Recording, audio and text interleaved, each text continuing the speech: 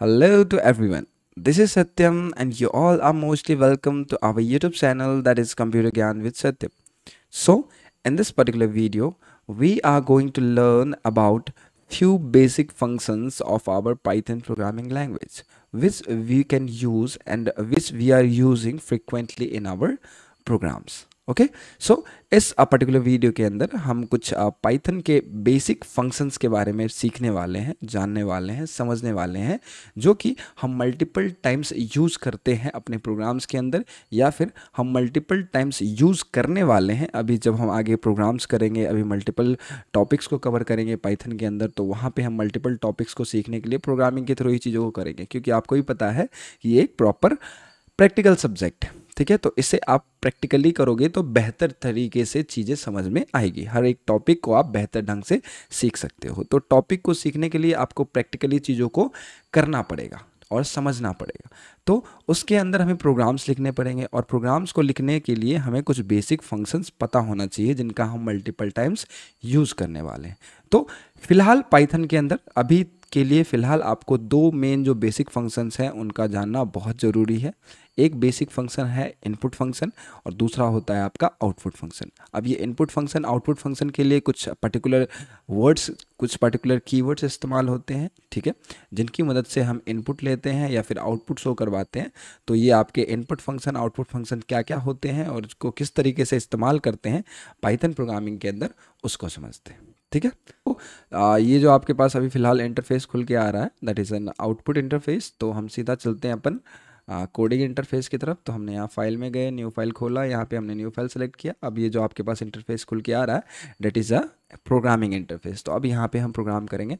तो सबसे पहले हम यहाँ पे कमेंट लेते हैं, एंड कमेंट लेने के बाद अपन यहाँ पे लिखते हैं आउटपुट फंक्शन, AUTPUT फंक्शन। ठीक है, अब आउटपुट फंक्शन में अपन सीखने वाले हैं कि किस चीज़ का हम इस्तेमाल करते हैं आउटपुट फंक्शन के लिए। तो आउटपुट फंक्शन कुछ नहीं है, जब कभी भी आपको किसी भी यूज़र का या फिर आपके कंप्यूटर सिस्टम के मेमोरी के अंदर कोई भी डाटा स्टोर्ड हो, या फिर किसी भी वेरिएबल के अंदर कोई भी डाटा स्टोर्ड हो, या फिर किसी भी पर्टिकुलर डाटा को एज एन आउटपुट शो करवाना हो, एज एन आउटपुट डिस्प्ले करना हो, कहाँ पे, आउटपुट इंटरफेस के ऊपर, तो उसके लिए हम जिस फंक्शन का इस्तेमाल करते हैं उसे हम लोग क्या बुलाते हैं, आउटपुट फंक्शन बुलाते हैं। ठीक है, और पाइथन प्रोग्रामिंग के अंदर जब कभी भी हमें आउटपुट शो करवाना होता है तो इसके लिए हमारे पास एक फंक्शन है जिसे हम लोग बोलते हैं प्रिंट फंक्शन। क्या बोलते हैं हम लोग, प्रिंट फंक्शन। तो हमें जब कभी भी कुछ भी चीज़ आउटपुट शो करवाना होता है अपने आउटपुट इंटरफेस के ऊपर, तो उस चीज़ को करने के लिए हम किस फंक्शन का इस्तेमाल करते हैं, प्रिंट फंक्शन का इस्तेमाल करते हैं। अब प्रिंट फंक्शन का कैसे इस्तेमाल होगा वो समझिए। तो आपको हम यहाँ पे एक छोटा सा प्रोग्राम लिख के दिखाते हैं, और उस प्रोग्राम की हेल्प से आपको समझाते हैं कि किस तरीके से आप प्रिंट फंक्शन का इस्तेमाल कर सकते हैं। ठीक है, तो लाइक सपोज कि हम यहाँ पे एक वेरिएबल लेते हैं x नाम का, और इस वेरिएबल के अंदर हम कुछ वैल्यू स्टोर करा लेते हैं। ठीक है, और इसके बाद हम क्या करते हैं कि इस एक और वेरिएबल लेते हैं, लाइक y नाम का एक और वेरिएबल ले लिया, इसके अंदर भी मैंने कुछ तो भी वैल्यू स्टोर करा लिया। ठीक है, अब मैं यहाँ क्या करता हूँ, एक और वेरिएबल लेता हूँ z नाम का, और इस z नाम के वेरिएबल में मैं एक छोटा सा ऑपरेशन परफॉर्म करा रहा हूँ। क्या ऑपरेशन है, वो है हमारा x प्लस वाई, मतलब जो x में वैल्यू है और जो y में वैल्यू है, हम उन दोनों वैल्यूज़ के बीच में क्या करा रहे हैं, ऑपरेशन करा रहे हैं। अब मैं इस प्रोग्राम को सिंपली क्या करता हूँ, कंट्रोल सेव कर लेता हूँ। ठीक है, रन कराऊंगा इसको। पहले सेव करने के बाद, पहले आपको प्रोग्राम को सेव करना होता है, फिर रन करना होता है। ठीक है, तो हम यहाँ पे इसको भी रैंडम सा भी कुछ तो नेम दे देते हैं। ठीक है, उसके बाद हम इसे क्या कर लेते हैं, सेव कर लेते हैं। अभी हमारा प्रोग्राम क्या हो गया, सेव हो गया। अब इसे आप क्या कर लो, एग्जीक्यूट करा लो। तो जब आप एग्जीक्यूट करोगे तो यहाँ पे देखो कि आपका जो ये प्रोग्राम है, ये प्रोग्राम आपका एग्जीक्यूट हो गया है। ठीक है, आपका जो प्रोग्राम का एग्जीक्यूशन था वो कंप्लीट हो गया है, बट आपको यहाँ पे कुछ भी शो नहीं हो रहा है। ठीक है, तो ये इसलिए नहीं हो रहा क्योंकि वहाँ पे हमने कोई ऐसे फंक्शन का इस्तेमाल नहीं किया है जो कि आपको आउटपुट इंटरफेस पे दिखाए, आउटपुट इंटरफेस पे क्या करे, डिस्प्ले करे।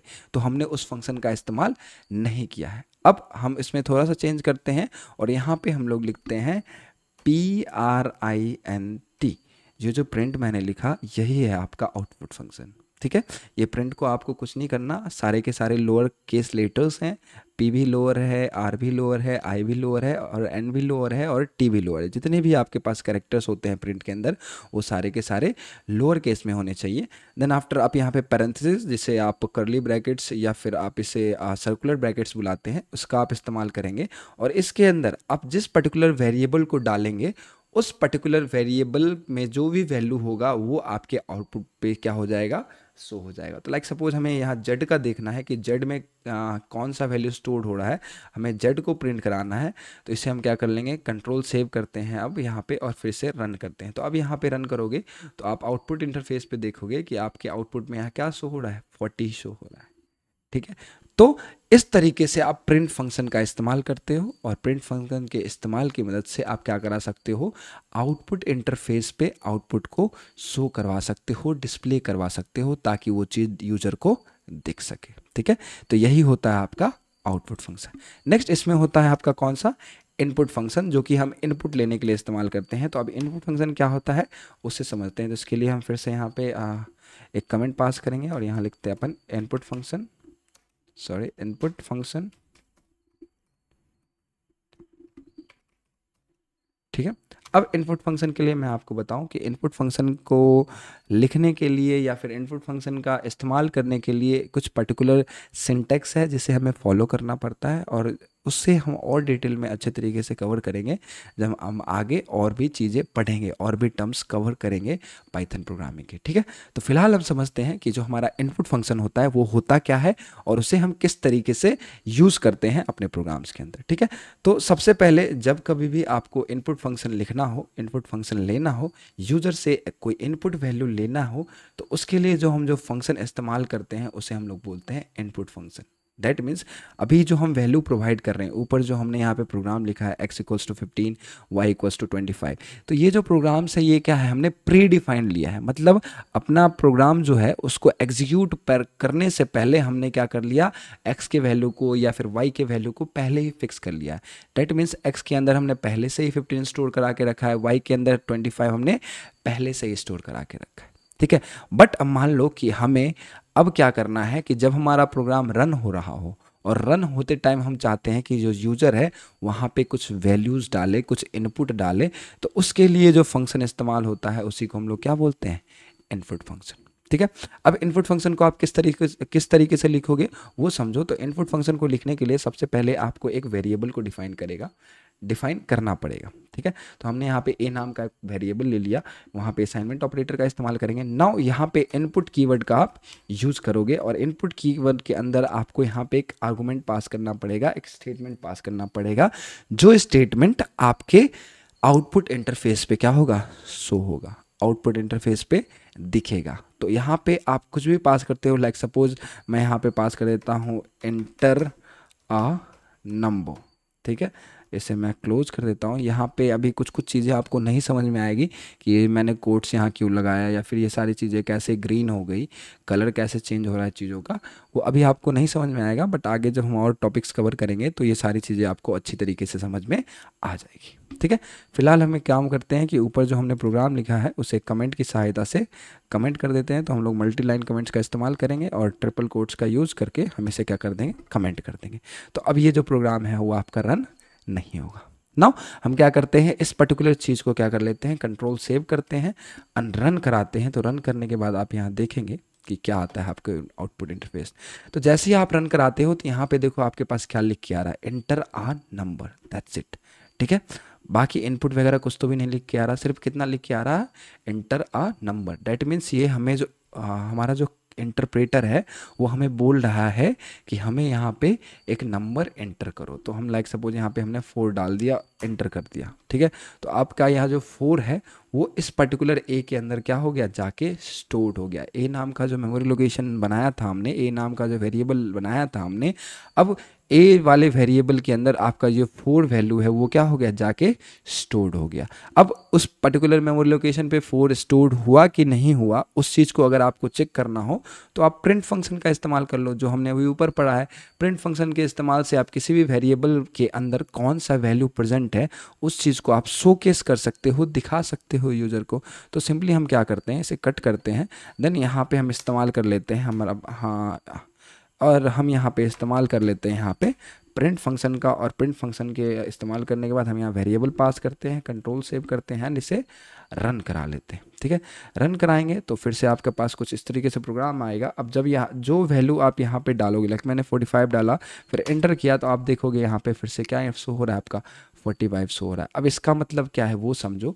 तो जो यहाँ पे पहला लाइन ऑफ कोड है, उस लाइन ऑफ कोड की मदद से हम यूज़र से इनपुट ले रहे हैं। जैसे मैंने यहाँ पे इनपुट डाल दिया 45, तो मैं एक यूज़र हो गया जो कि यहाँ पे 45 वैल्यू क्या कर दिया, इनपुट कर दिया। ठीक है, अब जो हमारा नेक्स्ट लाइन है दैट इज प्रिंट ए, ये क्या कर रहा है कि ए के अंदर हमने 45 वैल्यू को क्या कर दिया, रियल टाइम में स्टोर करवा दिया। ठीक है, जब हमारा प्रोग्राम एग्जीक्यूट हो रहा है तो उस टाइम पे ही हमने 45 वैल्यू को क्या करा दिया, ए नाम के वेरिएबल के अंदर स्टोर करा दिया। अब स्टोर करवाने के बाद फिर से जैसे ही मैंने एंटर क्लिक किया तो हमारा प्रोग्राम फिर से आगे एग्जीक्यूट हुआ, और आगे एग्जीक्यूट होने के बाद जो हमारा नेक्स्ट लाइन ऑफ कोड है उसे एग्जीक्यूट किया गया, और नेक्स्ट लाइन ऑफ कोड में लिखा है प्रिंट ए। तो प्रिंट फंक्शन क्या है, आउटपुट फंक्शन है जिसका काम है डिस्प्ले करना जो भी आपके ए नाम के वेरिएबल में वैल्यू प्रेजेंट है। तो यहाँ पे ए में क्या प्रेजेंट था, 45 था, क्योंकि हमने अभी जस्ट उसमें 45 को स्टोर करवाया था, तो इसलिए आपको यहाँ पे 45 फिर से शो हो रहा है।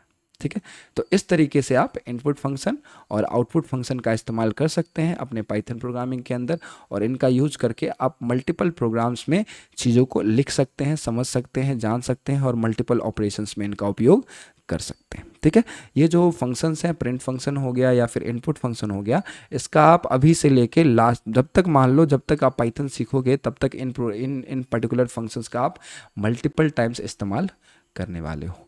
अब इसमें एक सबसे इंपॉर्टेंट चीज़ मैं आपको बता दूं कि जो हमारा इनपुट फंक्शन होता है, ठीक है, वो बाय डिफ़ॉल्ट जो वैल्यू लेता है फ्रॉम द यूज़र, वो लेता है एक स्ट्रिंग वैल्यू। अब ये स्ट्रिंग क्या होता है ये आपको अभी नहीं समझ में आएगी क्योंकि हमने स्ट्रिंग आपको पढ़ाया नहीं है, बट आगे जब हम टॉपिक कवर करेंगे तो आपको उस समय हम समझा देंगे कि हमारा स्ट्रिंग क्या होता है, या फिर और भी डाटा टाइप्स होते हैं उनके बारे में।